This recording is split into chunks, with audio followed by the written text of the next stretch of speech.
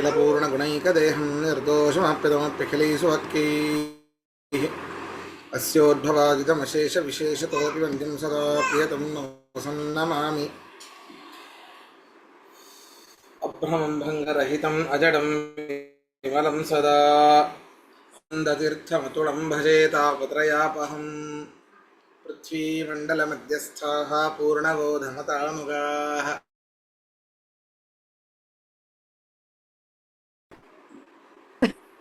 नमः श्रीपादराजाय नमस्ते व्यासयोगिने नमः पुरन्दरार्याय विजयार्याय ते नमः। जलज्येष्ठनिभाकारं जगदीशपदाश्रयं जगदीतलविख्यातं जगन्नाथगुरुं भजे।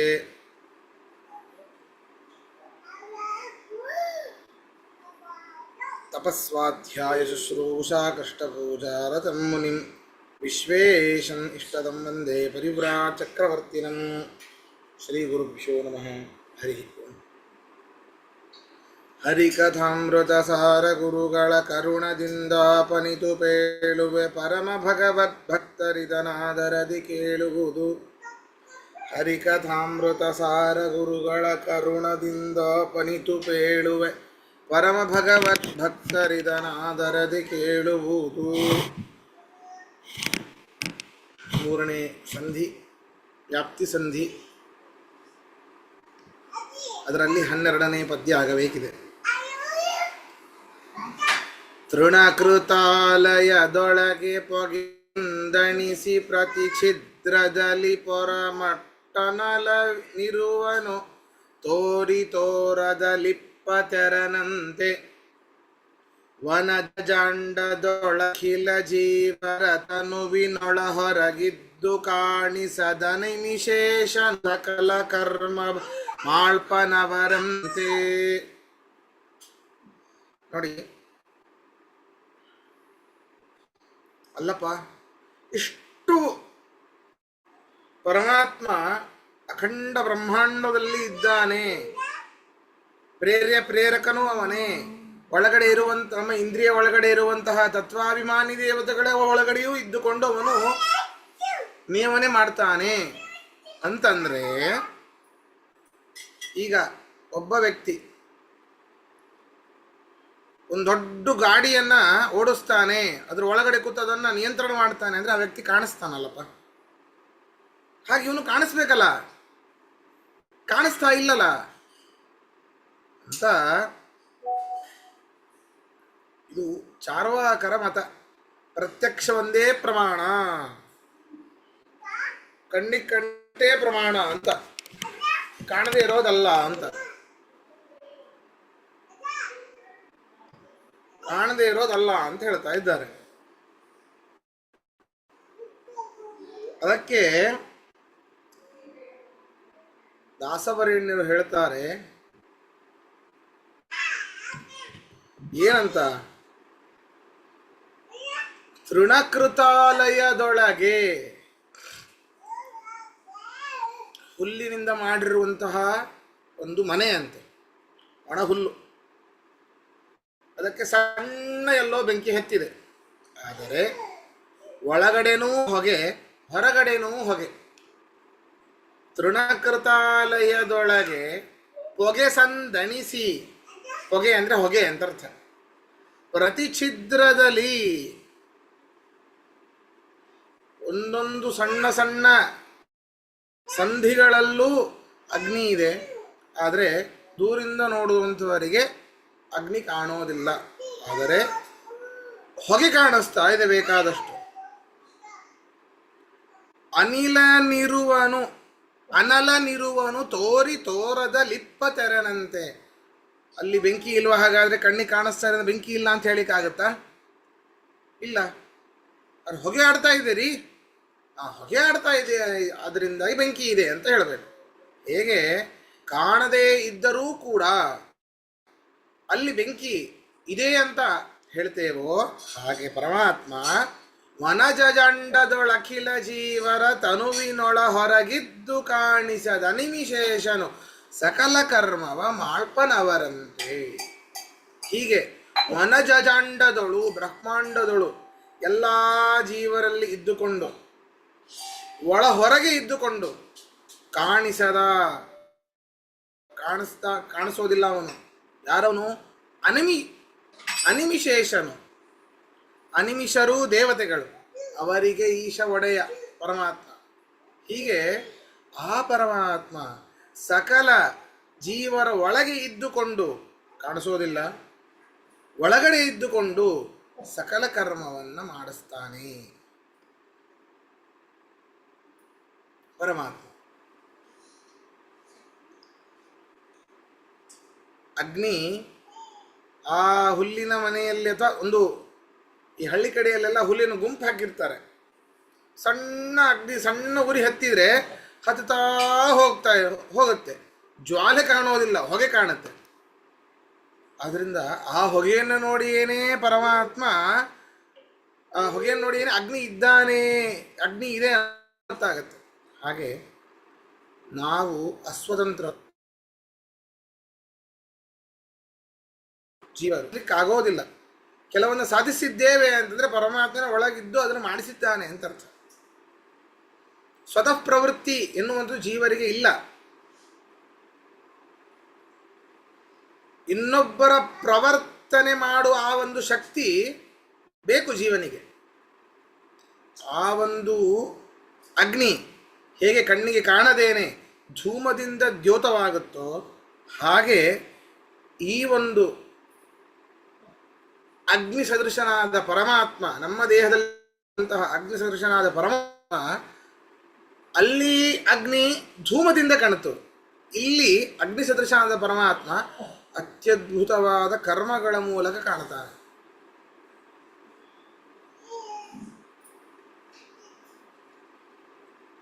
ಅತ್ಯದ್ಭುತವಾದ ಕರ್ಮಗಳ ಮೂಲಕ ಕಾಣುತ್ತಾನೆ.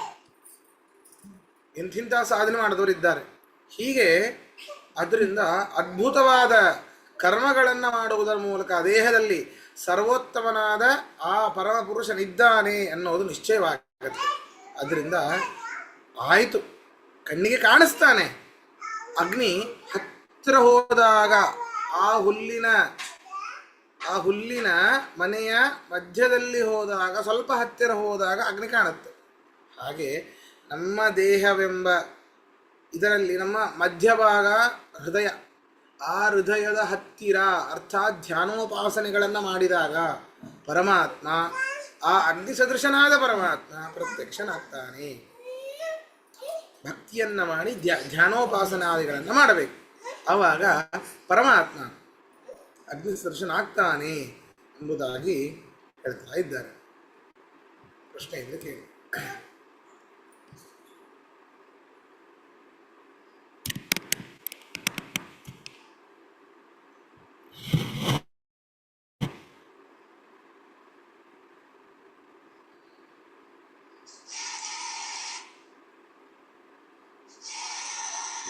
ಅನಿಮಿಶೇಷನು ಅದಕ್ಕೇನಂದ್ರಿ?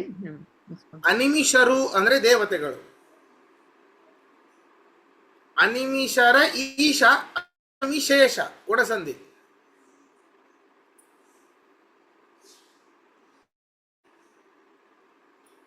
ಸರಿನಾ?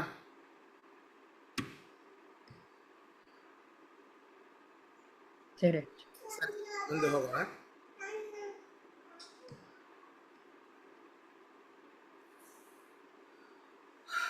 ಪಾದಪಗಳಡಿಗೆರೆಯೇ ಸಲಿಲವು ತೋದ ಕೊಂಬೆಗಳುಬ್ಬಿ ಪುಷ್ಪಸ್ವಾದು ಫಲವೀ ವಂದದಲ್ಲಿ ಸರ್ವೇಶ್ವರನು ಜನರ ರಾಧನೆಯ ಕೈಕೊಂಡು ಬ್ರಹ್ಮ ಭವಾದಿಗಳ ನಾಮದಲ್ಲಿ ಫಲವಿತ್ತಾದರಿಸುವನು ತನ್ನ ಮಹಿಮೆಯ ತೋರಗೊಡ ಜಗಕ್ಕೆ.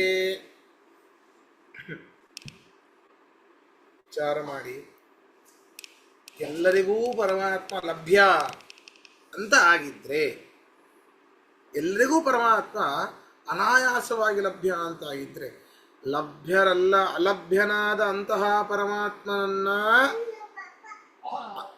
ಅತ್ಯಂತ ದುರ್ಲಭ, ಅವನು ಸಿಗೋದೇ ಇಲ್ಲ ಅನ್ನೋ ಮೂರ್ಖರು ನಾವು. ಆದರೂ ಅಹಂಕಾರದಿಂದ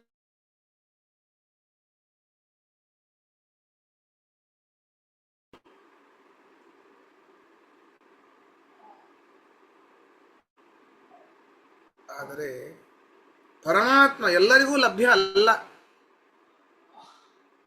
ಯಾಕೆ, ಹೇಗೆ ಅನ್ನೋದು ಹೇಳ್ತಾರೆ ನೋಡಿ. ನೋಡಿ, ಪಾದಪಗಳಡಿಗೆರೆಯೇ ಸಲೀಲವು. ನಾವೆಲ್ಲ ಲೋಕ ವ್ಯವಹಾರ, ಅಯ್ಯೋ ಈ ಸರ್ತಿ ಮಾವು ಬಿಟ್ಟೇ ಇಲ್ಲ ರೆಂಬೆಯಲ್ಲಿ, ಈ ಸರ್ತಿ ಯಾಕೋ ಮಾವು ಕೊಟ್ಟೇ ಇಲ್ಲ ರೆಂಬೆ ಕೊಂಬೆಗಳು ಅಂತ ಹೇಳ್ತೇವೆ. ಆದರೆ ನಾವು ನೀರಿಗೆ ಬೇರಿಗೆ ಫಲವತ್ತಾದ ನೀರನ್ನು ಹಾಕಿದಾಗ ಅದು ತನ್ನ ಶಾಖೆ ಉಪಶಾಖೆಗಳ ಮೂಲಕ ಫಲವನ್ನು ಕೊಡುತ್ತದೆ. ಅವರು ಆ ಶಾಖೆಗಳನ್ನ ಲಕ್ಷ್ಯ ಮಾಡ್ತಾರೆ, ಅಲ್ಲಿ ಲಕ್ಷ್ಯ ಕೊಡ್ತಾರೆ. ಈ ಸರ್ತಿ ಯಾಕೋ ನಮ್ಮ ಕೊಂಬೆಗಳಲ್ಲಿ ಮಾವೇ ಬಿಟ್ಟಿಲ್ಲ ಅಂತ. ಅಥವಾ ಅಲ್ಲಿ ಕೊಟ್ರೆ ಮಾವು ಅಂದ್ರೆ ಹಣ್ಣು ಅಲ್ಲಿ ಬಿಟ್ರೆ, ಓಹ್ ರೆಂಬೆ ಕೊಂಬೆಗಳು ಚೆನ್ನಾಗಿ ಕೊಟ್ಟಿದೆಯಪ್ಪ ಹಣ್ಣುಗಳನ್ನ ಅಂತ ನಾವು ಹೇಳ್ತೇವೆ. ನಿಜವಾಗಿ ಮೂಲ ಸ್ರೋತಸ್ಸು ಯಾವುದು? ಅದಕ್ಕೆ ಬೇರಿಗೆ ನೀರನ್ನ ಹಾಕಿದಾಗ ಹಣ್ಣು ಬರೋದು ಶಾಖೆ ಉಪಶಾಖೆಗಳಿಂದ. ಅದನ್ನೇ ಹೇಳಿದ್ದು ಪಾದಪಗಳ ಅಡಿಗೆ. ಪಾದಪಗಳು ಅಂದರೆ ವೃಕ್ಷಗಳು, ಅವುಗಳ ಅಡಿಗೆ ಎರೆಯೇ ಸಲೀಲವು. ಅವುಗಳ ಅಡಿಗೆ ನೀರನ್ನು ಹಾಕಿದರೆ ಏನಾಗತ್ತೆ?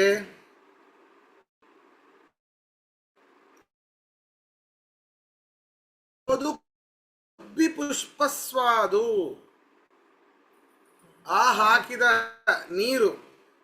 ನೀರಿನಿಂದ ತೃಪ್ತಿಯಾದ ಬೇರು ಕೊಂಬೆಗಳಲ್ಲಿ, ರೆಂಬೆಗಳಲ್ಲಿ, ತನ್ನ ಶಾಖೋಪಶಾಖೆಗಳಲ್ಲಿ ಅದ್ಭುತವಾದ ಚಿಗುರನ್ನು ಬಿಟ್ಟು, ಹೂವುಗಳನ್ನು ಬಿಟ್ಟು, ಅತ್ಯಂತ ಸ್ವಾದು ಫಲವೀವಂದದಲ್ಲಿ ಸಿಹಿಯಾದ ಹಣ್ಣುಗಳನ್ನು ಕೊಡುತ್ತೆ.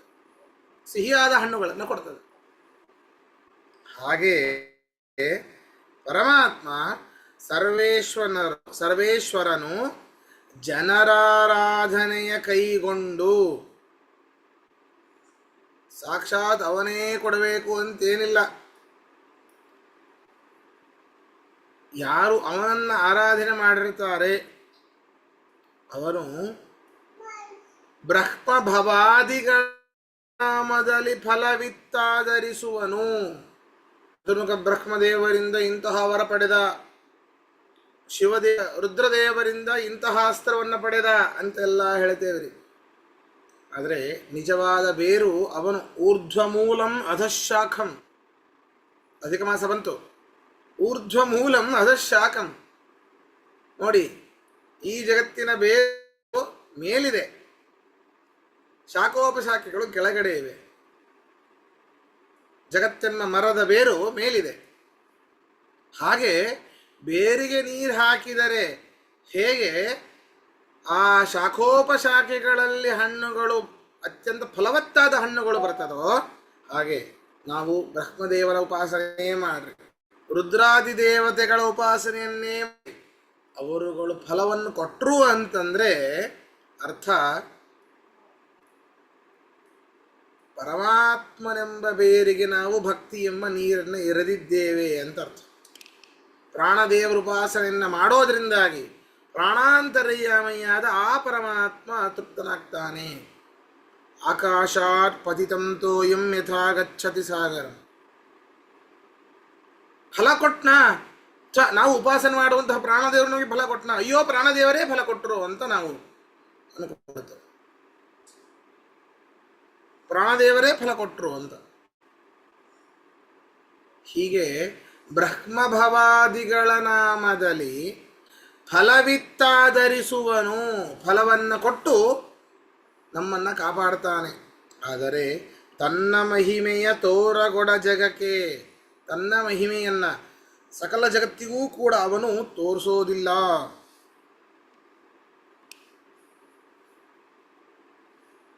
ಹೀಗೆ ಆ ಬೇರು ಸಮಾನನಾದ ಪರಮಾತ್ಮನಿಗೆ ಈ ನಾವು ಏನು ಸಮರ್ಪಣೆ ಮಾಡಬೇಕು? ಬೇರೆ ಮರಗಳಿಗೆ ಅದರ ಬೇರುಗಳಿಗೆ ನೀರನ್ನು ಸಮರ್ಪಣೆ ಮಾಡುತ್ತೇವೆ. ನಾವು ಪರಮಾತ್ಮನಿಗೆ ಶುಭಾಶುಭ ಕರ್ಮಗಳನ್ನು ಅರ್ಪಿಸಬೇಕು. ಅದರಿಂದ ಸಫಲವನ್ನು, ಅದ್ಭುತವಾದ ಫಲಗಳನ್ನು ಕೊಡ್ತಾನೆ. ತಪ್ಪೋ ಸರಿಯೋ ನನ್ನಿಂದ ಆಗಿದೆ ಪರಮಾತ್ಮ, ಎಲ್ಲವೂ ನಿನಗೆ ಸಮರ್ಪಣೆ.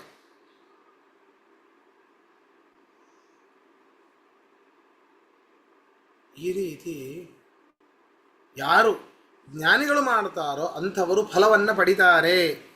ಅದರಿಂದ ಬ್ರಹ್ಮರುದ್ರಾದಿಗಳಿಂದ ನಾವು ವರವನ್ನು ಪಡೆದ್ವಿ ಅಂತಂದರೆ ಅವರು ಕೊಟ್ಟರು ಅಂತ ಅರ್ಥ ಅಲ್ಲ.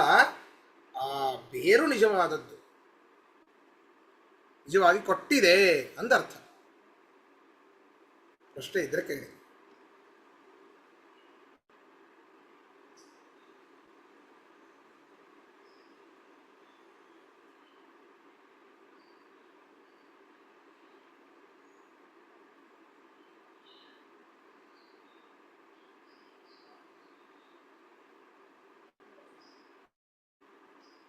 ಮುಂದೆ ಹೋಗೋಣ.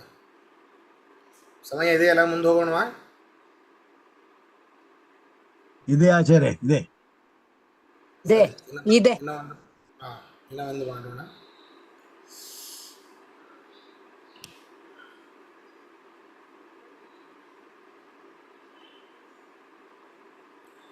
ಶ್ರುತಿತತಿಗಳಿಗೆ ಗೋಚರಿಸದ ಪ್ರತಿಮಜಾನಂದಾತ್ಮನಚ್ಯುತ ವಿತತ ವಿಶ್ವಾಧಾರ ವಿದ್ಯಾಧೀಶ ವಿಧಿಜನಕ ಪ್ರತಿದಿವಸ ಚೇತನರೊಳಗೆ ಪ್ರಾಕೃತ ಪುರುಷನಂದದಲ್ಲಿ ಸಂಚರಿಸುತ್ತ ನಿಯಮ್ಯ ನಿಯಾಮಕನು ತಾನಾಗಿ ಸಂತೈಪ.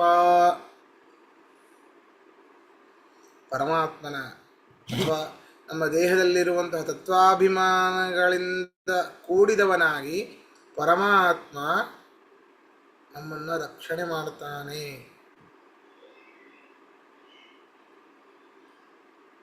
ಶ್ರುತಿತತಿಗಳಿಗೆ ಗೋಚರಿಸದ ಪ್ರತಿಮಜಾನಂದಾತ್ಮ ಪರಮಾತ್ಮ. ಶ್ರುತಿತತಿಗಳು ಅಂದರೆ ಸಮೂಹ ಅಂತ ಅರ್ಥ. ಯಾವ್ದಾದ್ರು ಸಮೂಹ? ಅನಂತ ವೈ ವೇದಾ, ಅನಂತ ರಾಶಿ ವೇದಗಳ ಸಮೂಹ, ಅನಂತ ವೇದ. ಅದರಿಂದಾಗಿ ಶ್ರುತಿತತಿಗಳು ಆ ವೇದ ಸಮೂಹಗಳಿಗೆ. ಇನ್ನೊಂದು ಹೇಳಬೇಕು ಅಂತಂದರೆ, ಈ ಶ್ರುತಿಗಳಿಗೆ ಅಭಿಮಾನಿಯಾದವಳು ರಮಾದೇವಿ. ಆ ರಮಾದೇವಿಗೂ ಕೂಡ ಗೋಚರಿಸದ ಪ್ರತಿಮಜಾನಂದಾತ್ಮ, ಅಂತಹ ರಮಾದೇವಿಗೂ ಕೂಡ ಸಂಪೂರ್ಣವಾಗಿ ತಿಳಿಯಲಾಗದ ಗುಣವುಳ್ಳವನು ಪರಮಾತ್ಮ. ಅಷ್ಟು ಗುಣಗಳಿದೆ ಅವನಲ್ಲಿ. ಮತ್ತೇನು? ಅಪ್ರತಿಮ. ಅವನ ಥರ ಯಾರೂ ಇಲ್ಲ ರೀ, ಅವನ ಹಾಗೆ ಯಾರೂ ಇಲ್ಲ.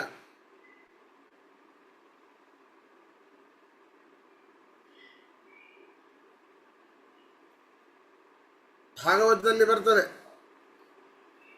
ಋಷಭನಾಮಕ ಪರಮಾತ್ಮ ಹುಟ್ಟಿದ್ದು ಹಾಗೆ.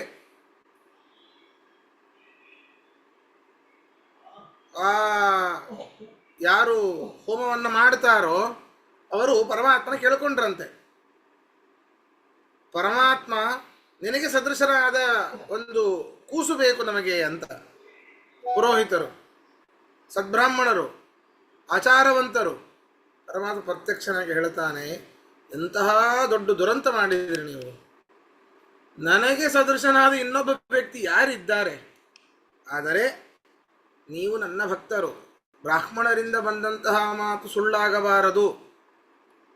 ಆದ್ದರಿಂದ ನನಗೆ ಸದೃಶನಾದವನು ನಾನೇ, ಇನ್ನೊಬ್ಬನಿಲ್ಲ, ನಾನೇ ಬರ್ತೇನೆ ಅಂತ.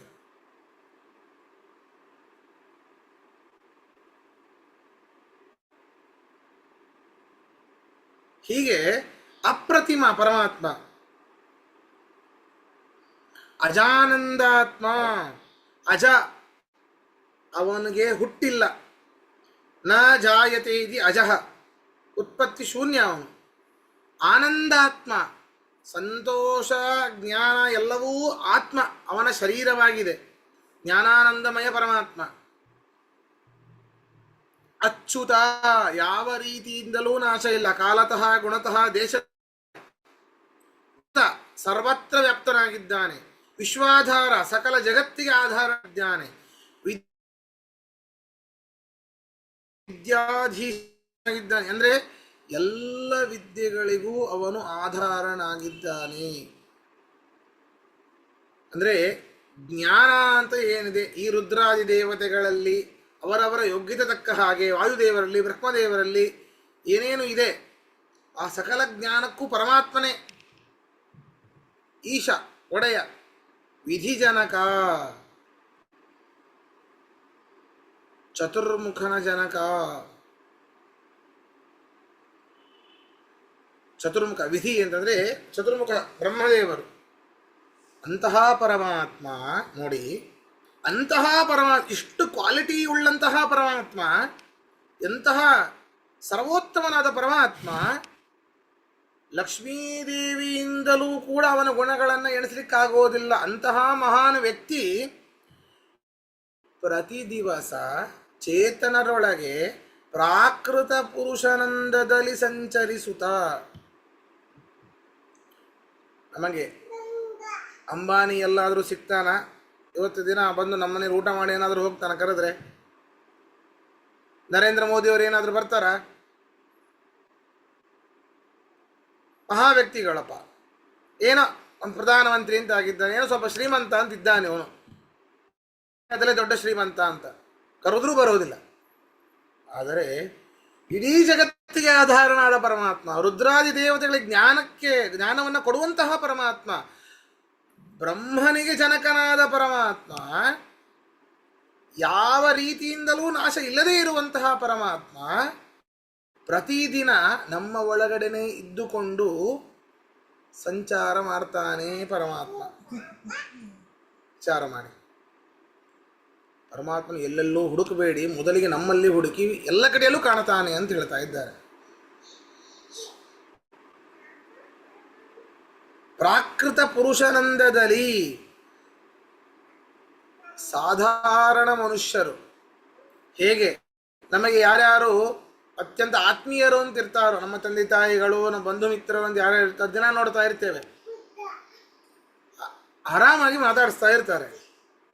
ಆ ರೀತಿ ಅಂತಹ ಪರಮಾತ್ಮ ನಮ್ಮೊಳಗೆ ಇದ್ದುಕೊಂಡು ವ್ಯವಹಾರ ಮಾಡ್ತಾನ್ರಿ.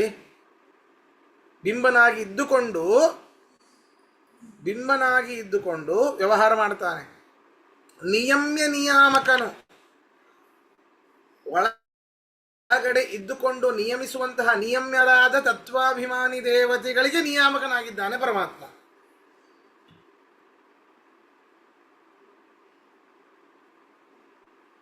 ನಿಯಮ್ಯ, ಒಳಗಡೆ ಇರುವಂತಹ ಆ ತತ್ವಾಭಿಮಾನಿ ದೇವತೆಗಳಿಗೆ ನಿಯಾಮಕನಾಗಿದ್ದಾನೆ ಪರಮಾತ್ಮ. ಆಜ್ಞೆಯನ್ನು ಕೊಡ್ತಾನೆ, ಹೀಗೀಗೆ ಮಾಡು, 7 ಗಂಟೆಗೆ ಪಾಠಕ್ಕೆ ಬಾ, ಒಳಗಡೆ ಕೂತು ಆಜ್ಞೆ ಮಾಡ್ತಾ ಇದ್ದಾರೆ. ನಮ್ದೇನೂ ಇಲ್ಲ, ನಿಮ್ದೇನೂ ಇಲ್ಲ, ನಾನು ಬರ್ತೇನೆ ಅಂದ್ರೆ ನಾವು ಆಜ್ಞೆ ಹೇಳಿದ್ದು ಕೇಳಿಸ್ತಾ ಇದೆ, ಆಜ್ಞೆ ಕೊಡ್ತಾ ಇದ್ದಾನೆ ಕಿವಿಗೆ, ಕೇಳು ಅಂತ. ಈ ರೀತಿ ಪರಮಾತ್ಮ ಸಂತೈಪ, ಭಕ್ತರನ್ನ ರಕ್ಷಣೆ ಮಾಡುತ್ತಾನೆ. ಏನು ಕೆಲವೊಬ್ರು ನೋಡಬೇಕು, ನಮ್ಮ ಗುರುಗಳು ವಿಶ್ವೇಶ್ವತೀರ್ಥರು ಎಷ್ಟೋ ಸರ್ತಿ ಆಕ್ಸಿಡೆಂಟ್ ಆಗಿದೆ, ಕಾರು ಗೀರೆಲ್ಲ ಅಪ್ಪಚ್ಚಿಯಾಗಿ ಹೋಗಿದೆ, ಆದರೆ ಅವರಿಗೆ ಏನೂ ಆಗಿಲ್ಲ. ಡ್ರೈವರಿಗೋ ಹಿಂದಿರೋರಿಗೆ ಆಗಿರುತ್ತೆ, ಮಧ್ಯದಲ್ಲಿರೋರಿಗೆ ಏನಾಗಿಲ್ಲ. ಇನ್ನೊಬ್ಬ ಯಾರೋ ಇಲ್ಲಿಂದ ಮೆಟ್ಲು ಇಳಿಬೇಕಾದ್ರೆ ಸ್ವಲ್ಪ ಕಾಲು ಉಳುಕ್ತು, ನೋಡಿದರೆ ಕಾಲು ಫ್ರ್ಯಾಕ್ಚರು. ತನ್ನ ಭಕ್ತರನ್ನ ಕಾಪಾಡಬೇಕು ಅನ್ನೋ ಒಂದು ಇಚ್ಛೆ ಪರಮಾತ್ಮನಿಗೆ ಬಂತು ಅಂತಾದರೆ ಎಂತಹ ದೊಡ್ಡ ದುರಂತ ಆಗಲಿ, ದೊಡ್ಡ ಆಘಾತ ಆಗಲಿ, ಪರಮಾತ್ಮ ಕಾಪಾಡ್ತಾನೆ. ಅಂದರೆ ಆಘಾತ ಆಗದೇ ಇದ್ರೆ ಅಲ್ಲ, ಆಘಾತ ಆಗೋದನ್ನೇ ತಡೆಯಬಹುದಲ್ಲ ಪರಮಾತ್ಮ, ಹಾಗ್ಯಾಕೆ ಮಾಡ್ತಾನೆ? ಅವನ ಮೇಲೆ ಭಕ್ತಿನೇ ಬರೋದಿಲ್ಲ. ಅಯ್ಯಪ್ಪ, ಗಾಡಿಯಲ್ಲಿ ಹೋಗ್ತಿರ್ತೀವಿ, ದೊಡ್ಡ ಲಾರಿ ಪಕ್ಕದಲ್ಲಿ ಹೋಯ್ತು ಸಡನ್ ಆಗಿ, ಅವಾಗ ಆಘಾತ ಆಗೋ ಪ್ರಸಂಗ. ಅಯ್ಯೋ, ಲಾರಿನೇ ಪಕ್ಕದಲ್ಲಿ ಹೋಗದೆ ಇರೋ ಮಾಡಿದ್ರೆ ಆಗ್ತಿತ್ತಲ್ಲ. ಅಯ್ಯೋ, ಪರಮಾತ್ಮ ಬದುಕಿಸಿದ್ನಪ್ಪ, ಹಿಂದೆ ಆಗಿದ್ದನ್ನು ನೆನೆಸ್ಕೊಂಡು ಖುಷಿ ಪಡ್ತೇವೆ. ಪರಮಾತ್ಮನಲ್ಲಿ ಭಕ್ತಿ ಇನ್ನೂ ಜಾಸ್ತಿ ಆಗತ್ತೆ. ಇಷ್ಟು ದೊಡ್ಡ ಆಕ್ಸಿಡೆಂಟ್ ಆದರೂ ಏನೂ ಆಗಿಲ್ಲಪ್ಪ ನಮಗೆ, ದೊಡ್ಡವನಪ್ಪ, ದೇವರು ದೊಡ್ಡವನು ಅಂತ ಹೇಳ್ತೇವೆ. ಅವಾಗ ಪರಮಾತ್ಮನಲ್ಲಿ ಭಕ್ತಿ ಬರ್ತದೆ. ಆಘಾತ ಆಗೋ ಥರ ಮಾಡಿ ಕಾಪಾಡ್ತಾನೆ ಪರಮಾತ್ಮ. ಅದು ಅವನ ಸ್ಪೆಷಾಲಿಟಿ. ತನ್ನ ಭಕ್ತರನ್ನು ಎಂದೂ ಕೈ ಬಿಡೋದಿಲ್ಲ. ಪ್ರಶ್ನೆ ಇದ್ರೆ ಕೇಳಿ.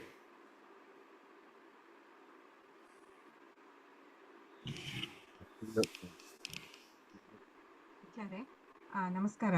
ಸೊ ನಿಯಮ್ಯ ನಿಯಾಮಕ ಇನ್ನೊಂದ್ಸಲ ಎಕ್ಸ್ಪ್ಲೇನ್. ನಿಯಾಮಕ ಅಂದ್ರೆ ಅರ್ಥ ಆಯ್ತು, ಬಟ್ ನಿಯಮ್ಯ ಅನ್ನೋದು ಹೇಗೆ ಪರಮಾತ್ಮನಿಗೆ ಅಪ್ಲೈ ಆಗುತ್ತೆ? ನಿಯಮ್ಯ ಅಂತಂದ್ರೆ ಒಳಗಡೆ ಇದ್ದು ನಮ್ಮನ್ನ ನಿಯಮಿಸುವಂಥವರು ನಿಯಮ್ಯರು.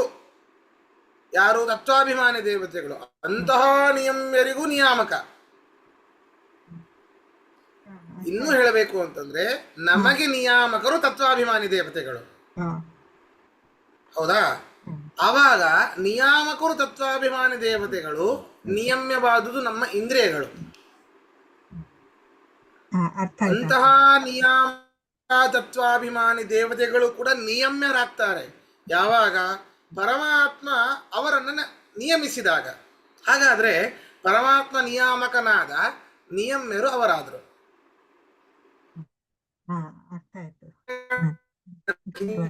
ನಿಯಾಮಕ ತತ್ವಾಭಿಮಾನಿ ದೇವತೆಗಳಿಗೂ ಅವನು ನಿಯಾಮಕ. ಆದ್ರಿಂದಾಗಿ ಆವಾಗ ನಿಯಮ್ಯರು ತತ್ವಾಭಿಮಾನಿ ದೇವತೆಗಳಾದರು.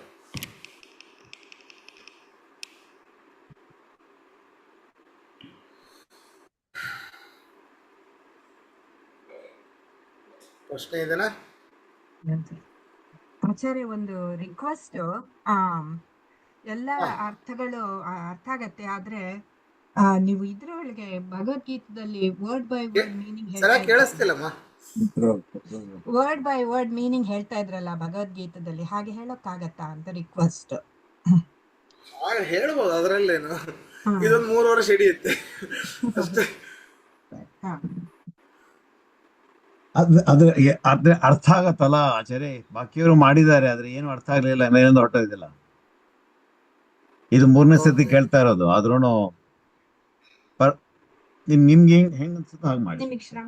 ಶ್ರಮ ಇಲ್ದೇ ಇಲ್ಲ, ಹೇಳ್ಬೋದು, ತೊಂದ್ರೆ ಇಲ್ಲ, ಹೇಳ್ಬೋದು. ಆವಾಗ ದಿನಕ್ಕೆ 1 ಪದ್ಯ ಆದ್ರೆ ದೊಡ್ಡದು. ನಮ್ 1 ಪದ್ಯ ಆದ್ರೂ ಅರ್ಥ ಆಗಲ್ಲ ಸರಿಗೆ. ಪಣಿರಾಜ್ ಹೇಳ್ದಂಗ ನಾವೆಲ್ಲ ಪಾಮರರು. ಆದ್ರೆ ಒಂದು ವಿಚಾರ ಆಚಾರ್ಯ, ಒಂದು ವಿಚಾರ, ವ್ಯಾಸನಕೆರೆ ಪ್ರಬಂಧನಾಚಾರ್ಯರ ಪುಸ್ತಕ ತಗೊಂಡ್ರೆ ಅದ್ರಲ್ಲಿ ಇದೆ ಪದಗಳಿಗೆ ಅರ್ಥ ಇದೆ. ಆಚಾರ್ಯದಲ್ಲಿ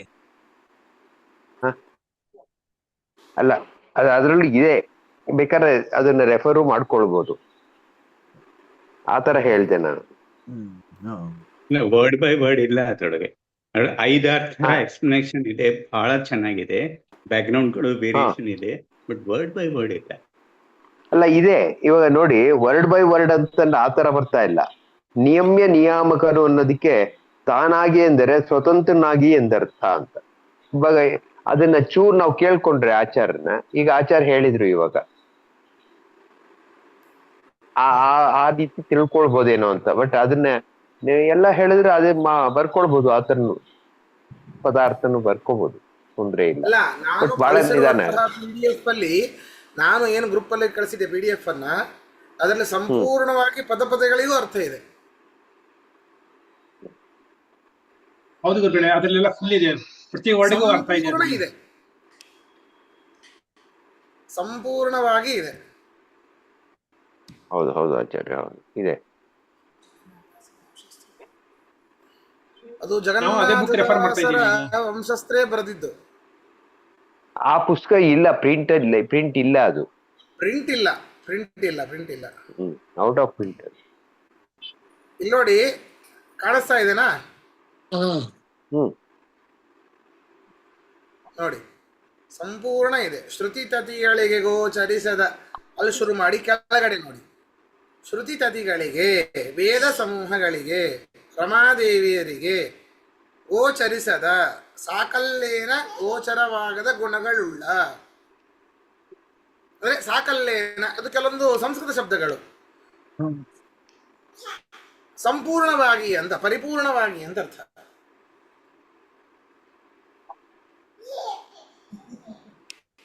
ಅದರಿಂದ ಈ ನಾ ಕಳಿಸಿರೋ PD ಅಂದ್ರೆ ಇದನ್ನ ಜಗನ್ನಾಥದಾಸರ ವಂಶಸ್ಥರೇ ಬರೆದಿರುವಂಥದ್ದು ಇದು.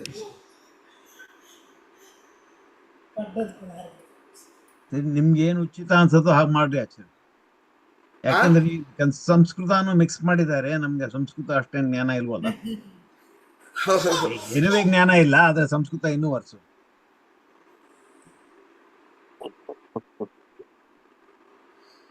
ಸರಿ, ನೋಡೋಣ. ಎಲ್ಲಾರ್ದು ಓಕೆ ಅಂದ್ರೆ ಸರಿ ಮಾಡಿದ್ರೆ ಅದು ಏನು ತೊಂದರೆ ಇಲ್ಲ. ಮಾಡೋದೇ ಪಾಠ, ಅದು ಅರ್ಧ ತಾಸು, ಎಷ್ಟು ದಿನ ಆದ್ರೂ ಚಿಂತೆ ಹೇಗೆ ಮಾಡಿದ್ರಾಯ್ತು ಅಂತ ಅರ್ಥ ಆಗ್ಬೇಕು. ಹಾಗೆ ಮಾಡಿ ಆಚಾರ್ಯ. ನಮ್ಮ ಓಕೆ ಆಚಾರ್ಯ. ಹೌದು, ನಮಗೂ ಇಷ್ಟ ಹಾಗೆ. ಗ್ರಾಸ್ ರೂಟ್ ಹೋಗೋದೇ ಸರಿ. ಸರಿ, 33 ನನಗೆ ಇನ್ನು ಏನ್ ಕಷ್ಟ ಅಂದ್ರೆ ನನಗೆ ಸಂಸ್ಕೃತ ಒಂದ್ ಸ್ವಲ್ಪ ಬೆಟರ್ ಅರ್ಥ ಆಗತ್ತೆ, ಕನ್ನಡ ಅರ್ಥ ಆಗೋದು ಇನ್ನು ಕಷ್ಟ ನನಗೆ. ಎರಡು ಕಷ್ಟ.